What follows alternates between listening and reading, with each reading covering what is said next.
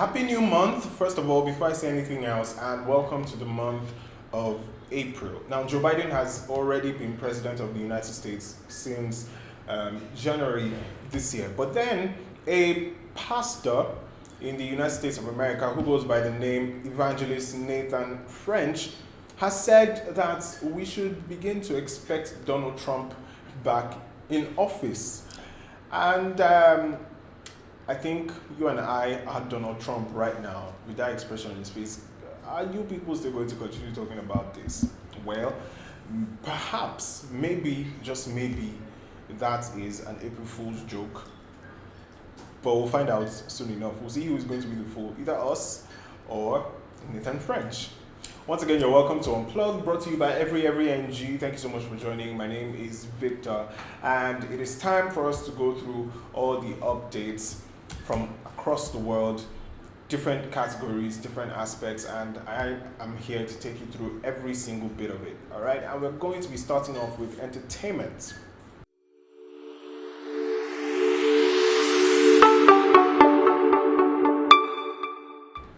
First up, we've got Laycon, who is set to release new music. Now, it's not just new music, but an entire project, an entire body of work. And this one is titled, Shall We Begin? Now, it made me ask, Laycon, you've already started now, you already began your career. What are we trying to begin again? But definitely the answer to that question would be contained in the project, and I cannot wait for that one. We're going to be seeing him feature artists like Laycon, Tenny, Terry, and some of the big names, so you definitely should keep your fingers crossed. There are going to be 7 solos and about 5 or 6 features. So much is to come from Laycon. Don't forget, just yesterday they were asking where is Laycon. Icons were asking where is Laycon, and the other time we heard of the Icon project trying to raise money for this particular album. Well, your questions are being answered because Laycon new music is coming. It's going to be dropping on the 30th of this new month, 30th of April 2021. Well, that is all about Laycon for today. And it is Trikytee's birthday today. Timmy Sinclair has turned another year today. So happy birthday, Trikytee. I wonder whether there's anything for the boys, but maybe I'll just send you a DM and you can respond. But happy birthday to Trikytee. And now let's talk Dorathy. Dorathy is set to blow our minds once again. You remember just yesterday we were talking about her marking 1 year of the launch of MFC Lingerie. And this time Dorathy is stepping into acting, and she's set to feature in a movie titled Miss K Dolls. And Dorathy had not said anything about it. I don't think she ever hinted about the fact that she was going to be in a movie, but boom, we just saw a cover for the movie, and I'm like, wow, this guy's doing big things. Yeah, well, I definitely cannot wait to see that one. Whether it's going to be in cinemas or whatnot, we'll let you know as soon as we get more information about it. All right, now V is also a fave, one of the biggest names out of the BB Niger lockdown house, and just recently she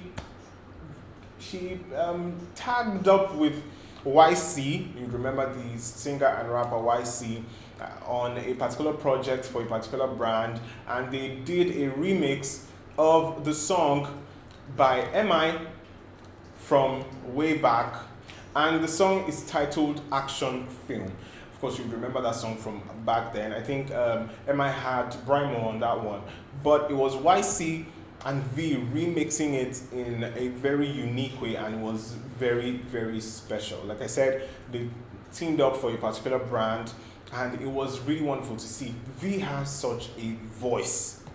Woo! She has a very, very wonderful voice, and you can go check it out on YouTube so that I don't spoil it for you. All right.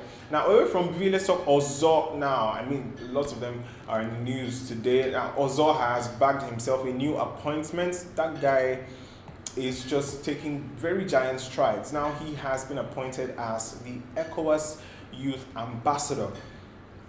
An ECOWAS Youth Ambassador, that is not a small thing at all.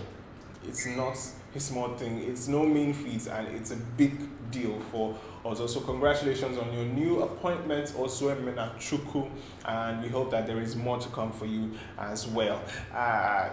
As for his love interest, she's not left out of the whole thing. You remember some time ago, she was featured in some adverts and stuff for a particular phone brand. Now, this phone brand has decided that they're going to take it a step further from just the adverts and all, and actually sign Nengi to a deal, to an endorsement deal. And Nengi has just signed that deal yesterday with this particular phone brand. So we're going to be seeing Nengi's face on a lot of posters, billboards, and all of that for this particular brand. I am, holding it back from you, so by the time you see it, you'll be like, wow, so that is it. But trust me, it is a big one for Nengi. Okay, now let's talk Davido, who we've been talking about like all week for one reason or the other, and since there's more for him, more dragging and all of that.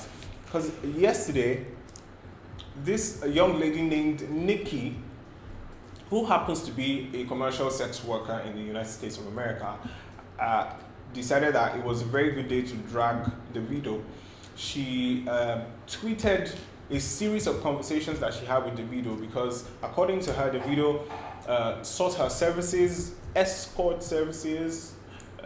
I don't want to start explaining what all of that means, but you of course have an idea what it means. But Davido hired her and did not want to pay, simply put, according to her. And the conversations are all there, how she and Davido exchanged messages on iMessage, planning link-ups and meetups and all of that. And after they met up and everything went down, Davido did not pay, and she tried to reach out to him again, and he was complaining that he was having issues with Cash App or whatever and all of that, so he could not pay her. Well, according to her, she was not doing it because of the money. She was not trying to expose him because of the money, but she was doing that because of the respect that she felt Davido did not respect her as he should have, or as he would have respected some other person who does the same thing she does.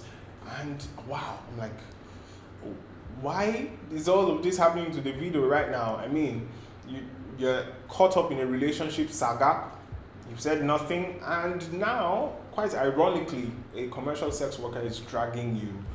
I'm like, wow, so much. If I hear Davido one more time, I mean, I might just have a headache.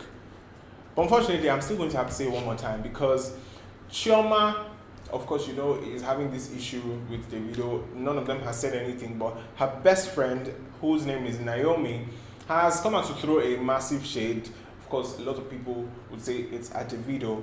And Naomi said on her Insta story that when you see a man who goes after so many women, it's simply because he is unhappy with himself. Wow, that was deep. She didn't mention any names, like I would like to say. I don't call any name more, I don't like Wahala, but it's quite easy to just put two and two together, connect the dots, and assume, at least, that she was referring to Davido because of the entire controversy that has been going on right now. But anyways, that's what Chioma's friend had to say. Now, let's talk some national stories. You remember the former governor of the Central Bank of Nigeria, Charles Soludo. He just very recently expressed his ambition to become governor of Anambra State, and just yesterday he was attacked in Anambra State by gunmen, and unfortunately 3 of his security aides were killed in that attack. This coming just few days after he expressed his intention to campaign or to contest as governor of Anambra State, and it's really, really sad, and we hope that the souls of the deceased rest in perfect peace. Moving on now, let's talk something on a larger scale, and it has to do with the Lekki Tollgate massacre from the 20th of October 2020. Of course, you remember everything that happened with DJ Switch, how she did a live video and all of that, but now the US government has come to introduce a very shocking plot twist to all of this, because the US government is saying that these casualties, or the supposed casualties from the Lekki toll gate, in quotes, massacre, cannot be confirmed. They actually cannot be confirmed because, according to that statement, Amnesty International is the only organization that stated that there were about 10 casualties from the shootings at the Lekki toll gate. And ever since Amnesty's reports, no other organization whatsoever has come out to corroborate Amnesty's claims, and they're just not verifiable. But it actually cuts a lot deeper than that, because you remember DJ Switch's live video, and unsurprisingly, she was dragged into all of it because it's like her name is being stained, because people are saying DJ Switch is trying to agitate for what exactly did not happen, and it's just fomenting stories here and there. And I'm like, wow, when did we get here? And there are even Nigerians who are pushing this narrative. And I'm like, I thought everybody was standing and demanding for justice earlier on. So what changed? Where? How? Hashtag Lekki Lies has been trending on Twitter for a while now, and it contains all of the information and all of the reaction to this particular statement by the US government. Fingers crossed, we'll see how it develops, right? Now, a military aircraft has been reported missing. It's a NAF Air Force, it's a NAF jet, a fighter jet, and it was on a particular mission and all of a sudden lost communication with base. Till now, the aircraft is still missing, a fighter jet, and I'm wondering what exactly could be happening. Where could it have gone? What is being done to ensure that the aircraft is found, or there's some kind of recovery or whatnot? But the story is still developing, investigations are still going on, and we might just get something very soon, okay? Now, let's move back to the entertainment side of things.